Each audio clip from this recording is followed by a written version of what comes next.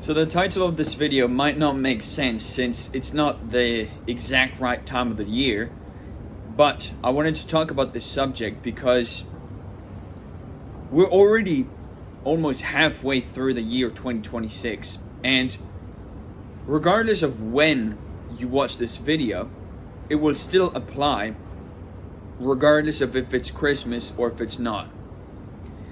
I wanted to talk to you guys a little bit about something that happened to me when I was on my way up, maybe like a couple of years ago. And this kind of just opened my eyes as to how to look at it in a different way.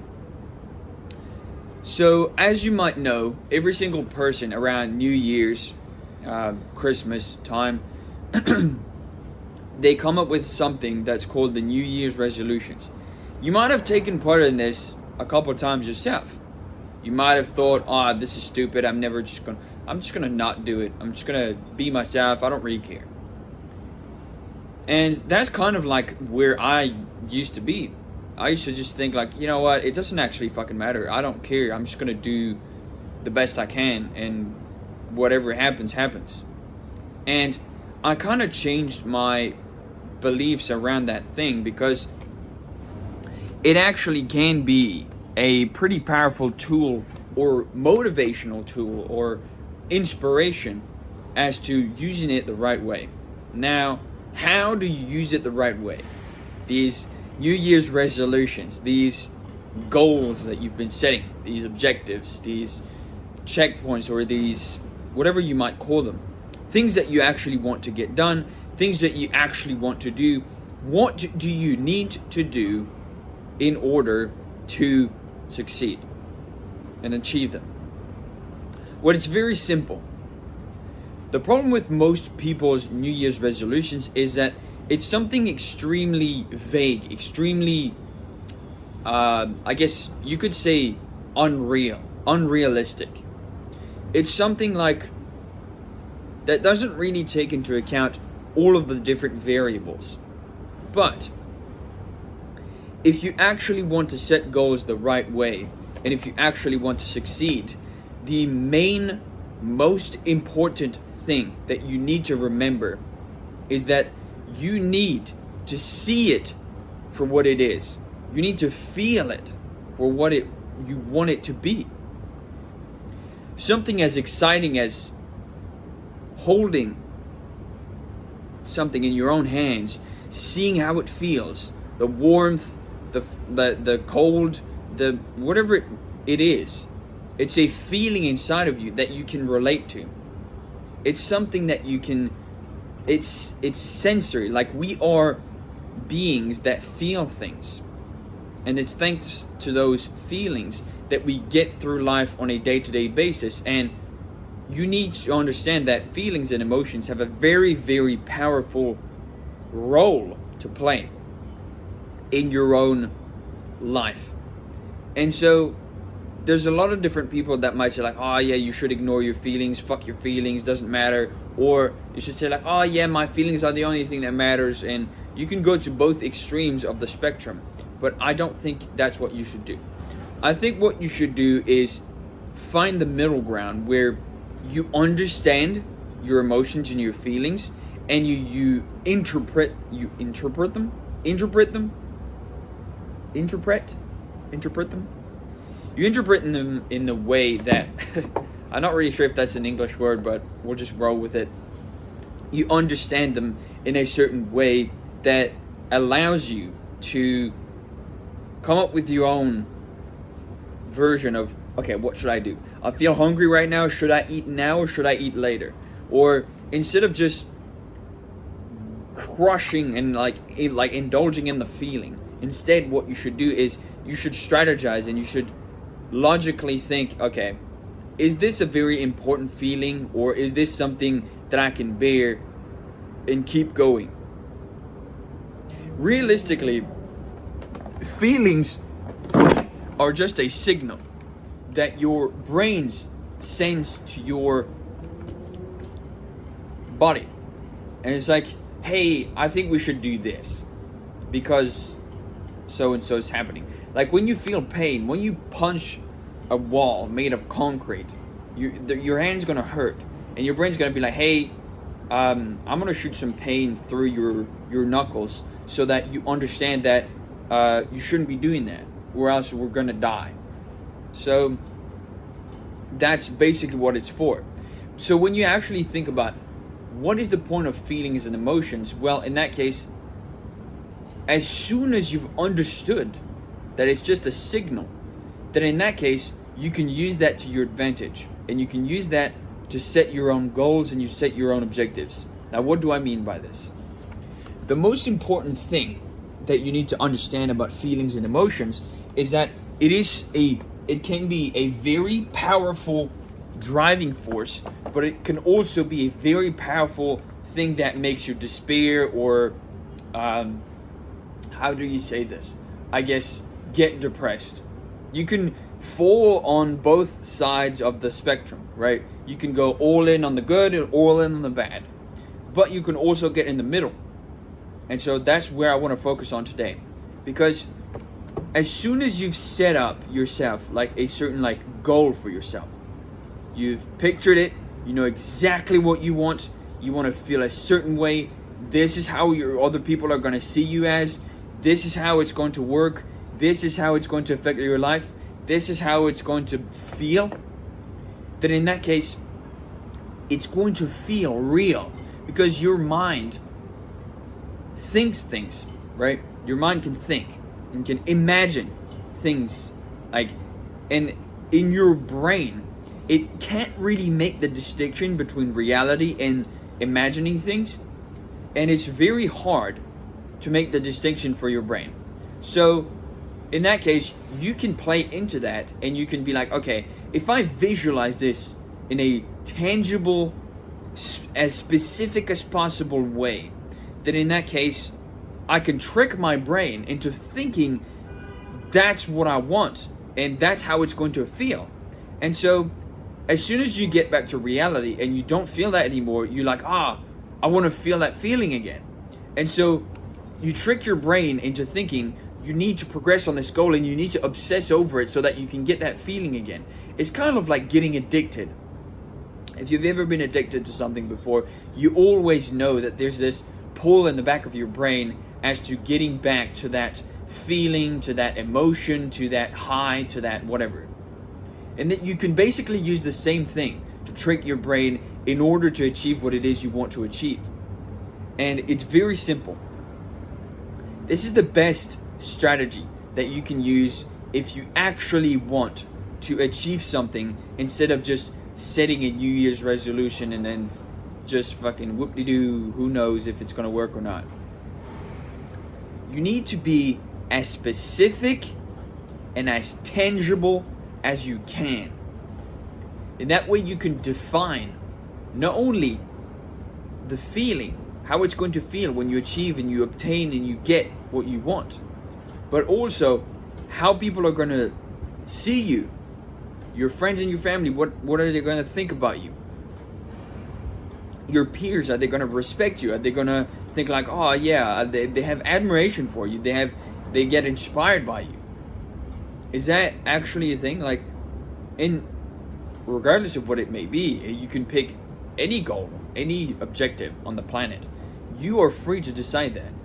But at the end of the day, you need to see that objective and that goal of yours as specifically and as tangibly as you can if you actually want to get it. You can summon energy out of your brain by becoming, it's kind of like I just mentioned. Imagine you were addicted and you really, really, really, really wanted to get that high. And you haven't felt that in a long time. You're like, I really want it, I really want it, I really want it. And it's basically going to be the same feeling that you're invoking right then and there. It's very simple. That's how your brain works. And so, for example, I'll give you a little bit of an example about maybe a goal that I have. Okay. So, for example, I want to live a financially free, independent life.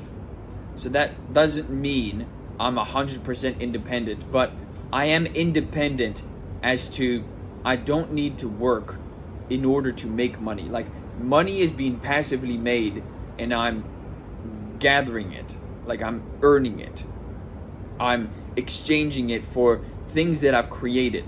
Maybe a system that I've put in place that provides value to other people, or a product that I've manufactured, or something that provides a certain amount of value to another person, or solves a problem, or does something like that. So that way I can use that money to not only travel whenever, wherever I want, and secondary, provide for the people I love the most. I want to be able to retire my parents. I don't want them to live a life in, I guess you could say, state care. I want to be able to take care of them until the end of time, like until they end up dead, I guess, is like the ultimate checkpoint.